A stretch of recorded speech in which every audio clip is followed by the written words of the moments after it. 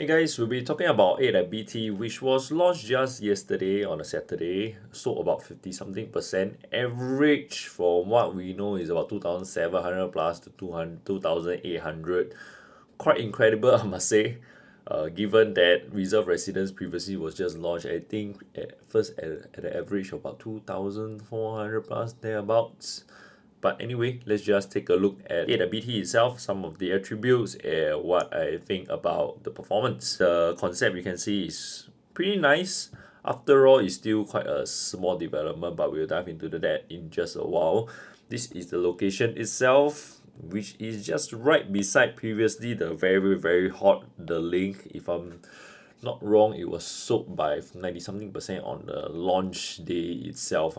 96% on launch day. It's just incredible. 96%. This is 8 at BT, just right beside The Link, which is freehold with a little bit of mixed commercial below. Then right in front, there is the huge reserve residence, which has a lot of things in interchange and everything. Paka Liao is just opposite. And then this is the nicer map lah for you to see lah. Then this you can slowly see, but the one that we want to look at will be more of the land size. Okay, this is ultimately still a small development, like I said. Now total number of units 158. Small developments and big developments, generally we tend to have a little bit of expectation when it comes to pricing because of the kind of facilities. If you're a buyer, you go to small development versus a big development, you definitely will have a very different impression. Sometimes the layout, everything is nice, but once you go to the facilities, it's a little bit underwhelming, and hence it's a little bit difficult to get the kind of emotional appeal to get buyers to pay lah, especially if you are looking at this from an investor point of view. Let's just move on to this. This is ultimately still a RCR region, very close to MRT. Site plan, the interesting thing is there is a swimming pool, but this is not a full 50-meter swimming pool. In fact, they don't even they this is quite creative. They call it a quarry pool, 25 meters. There is a little bit of slide feature, which makes it looks a little bit more unique. Some of the unique feature they probably try to make it stand out compared to the other developments. Then there's some little campsite, but ultimately this actually, if you guys know, it kind of reminds me of Bartley View. What do you guys think? If you agree with me, just comment below.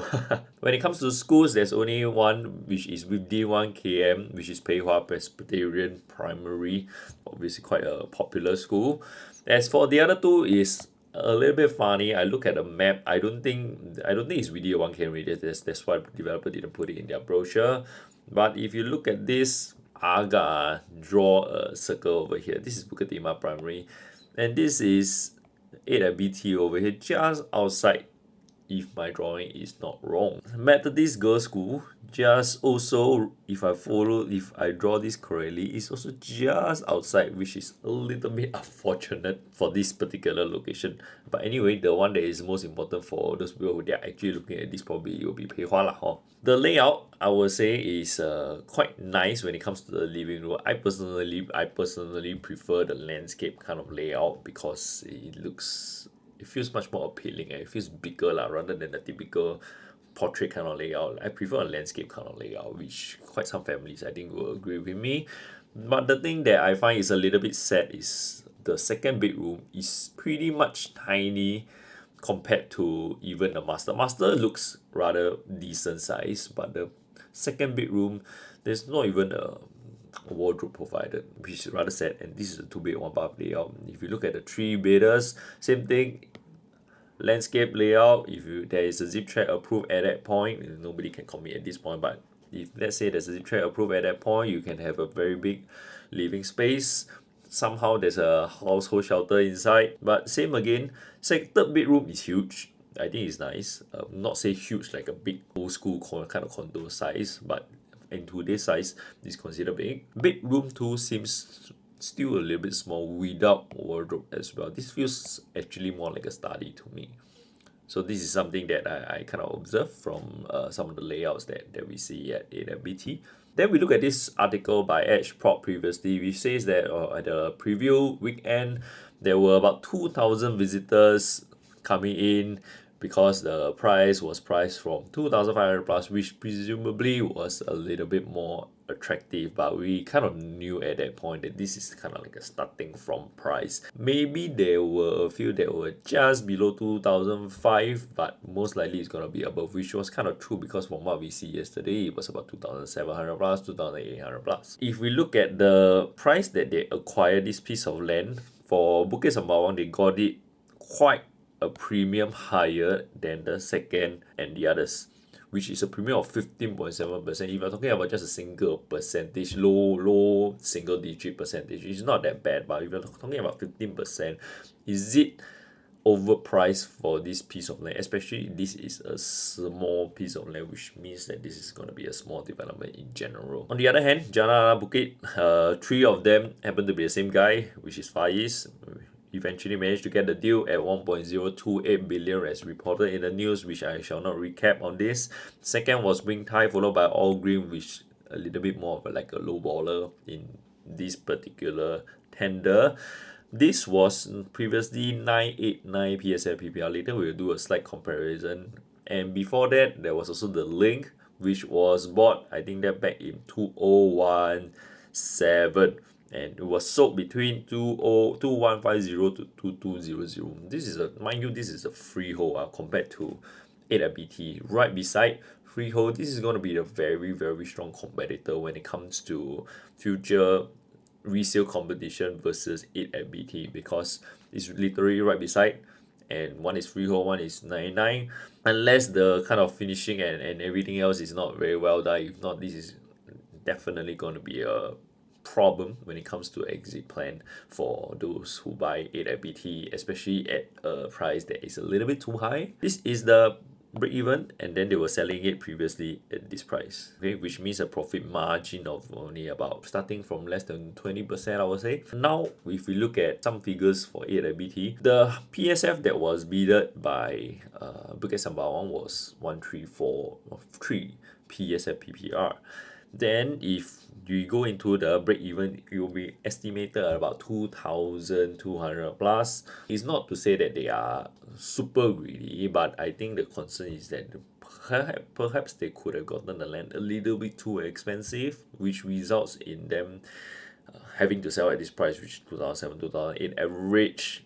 Because if you think about it, today you enter at 2007, 2008, eventually when you want to exit, how much do you need in order to break even and make profits? That is the question. Currently, these are the prices available for the 1, 2, 3, 4 bedrooms. You can just have a brief look. Some of them are, this one is a patio, this is a second floor, but you can see average, if you're talking about mid floor to high floor, is easily 2007, 2008, around there, and people were very willing to go ahead and buy. But same again, if you look at the 3 bedrooms, 1 bedroom, I think nowadays, even though it was super popular on the launch day itself, but 1 bedrooms, we kind of know most of the time, especially if you get it at the wrong price, it's a little bit difficult to exit next time. For 2 bedrooms, this is a 2-bed 1 bath and entering at 1.881 million. Not a small quantum at all in today's market. Maybe 10 years later, 20 years later, it's going to be cheap, but it's going to take quite a while, I feel, especially even for the 3 bedrooms over here. I won't exactly be touching at the 3-4 bedrooms because this is not exactly, I think, accessible to most people. And even then, even at this budget, I don't think my clients will be looking at this particular development for this. But 3 bedrooms, 2.8 to 3 point something million thereabouts, if you are looking at it, is quite a gap versus those that are around this region. Unless you're talking about the big old condos, then that is a little bit of a different story. But you got to compare apple to apple, because this is a small development versus those big developments. How is it that you're going to fare against them next time when it comes to the resale market as an investor? Then I think that's a little bit tough call, I would say. But of course, if you're buying it as a self-stay and you purely want to enjoy this location, then I think there's nothing wrong with it. You just want to go ahead and just buy it, maybe because of the finishing or layout, or just pure location itself, whatever reason it is. As long as you're happy with it, I think there's not too much of a problem. Then we look at the chart for recent developments in this area. Left side, we have Daintree, Foret, right side, Mayfair. Then right beside, Reserve and The Link. The Link recently sub-sale transacted about between 2006 to as high as 2009.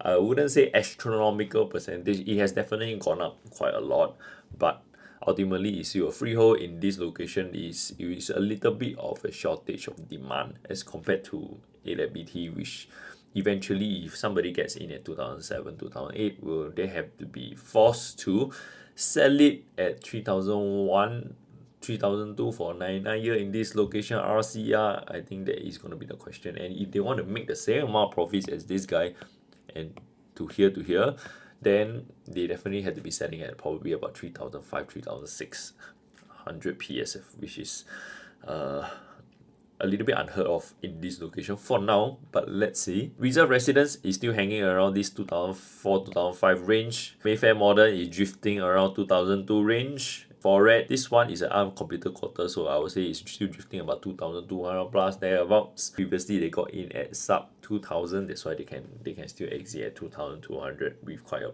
decent profit margin. Daintree also transacting at about 1000, slightly over 2000. Comfortable for them because previously they entered at about 1600 1007 PSF, and 2000 plus is also a very comfortable margin for them to exit. Those people who got in at 2007 2008 thereabouts average as high as even 3000 plus for some units.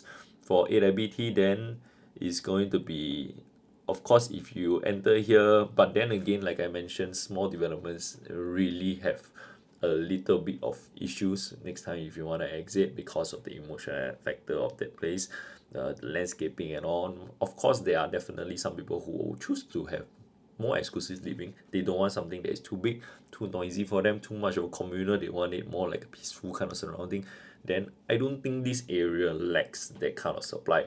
But on the other hand, if you want something that is a little bit more expensive in terms of condo living, I think there are quite also a lot of other choices over here, which should be the concern for people who are getting into this in terms of investment. This is the percentage that was sold. As we can see, a large percentage goes to one bedroom, only left with two bedders. About almost two-thirds were sold. Today there's still some movements here and there. I haven't managed to update this chart yet. 3 bedrooms, about half of them. 4 bedroom, not very well received at this point. Penthouse hasn't also moved yet.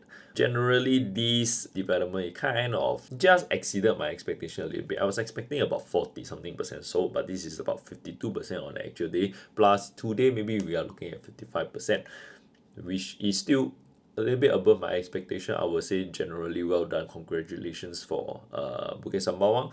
But people who want to be buying for investment, I think you got to be a little bit more cautious about what you are doing over here lah. And then if you look at the master plan, there are not too much things happening, but there's something that is a little bit interesting is that Rifle Range Nature Park over here, as you can see over here, is actually zoned for residential, but there is still no plot ratio yet. So will there be any plans upcoming? If so, how much will they be selling, and will that pull out the price over here, or will it only have minimal effects? Because if you look at over the years, there are quite a lot of things happening in this area. Only recently, when everything else went up, then some of the developments that were stagnating for very long finally managed to go up. In fact, some of the smaller ones like this one over here hasn't been doing well even for the past 3-4 years of bullish market, which can be a little bit of concern, especially considering that this guy is a 999-year lease development. The sizes are pretty much not too much of a difference.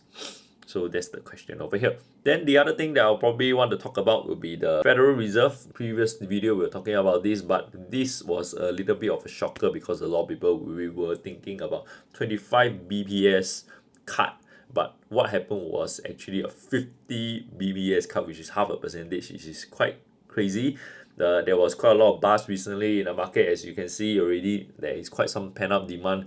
A lot of buyers are already starting to plan their moves or may really make their move in some certain developments really we've seen over the past 1-2 weeks. Okay, it started to come back. Part of it was because this lower interest rate has resulted in a slightly lower stress test for in terms of TDSR, which means that buyers will be able to afford a little bit more loan. But I think it's more of the sentiment that is actually driving it, because if you look at the loan percentage, it's not going to be affecting too much, not too much of a loan difference, maybe I think 5-figure kind of difference.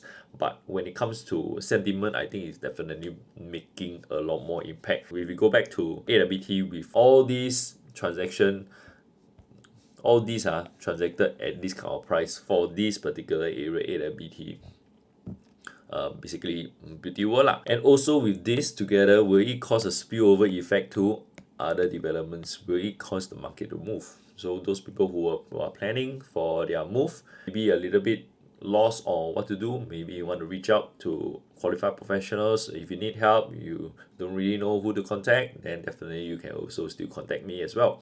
So that will be all we have for today, and then see you guys till next time. Bye bye.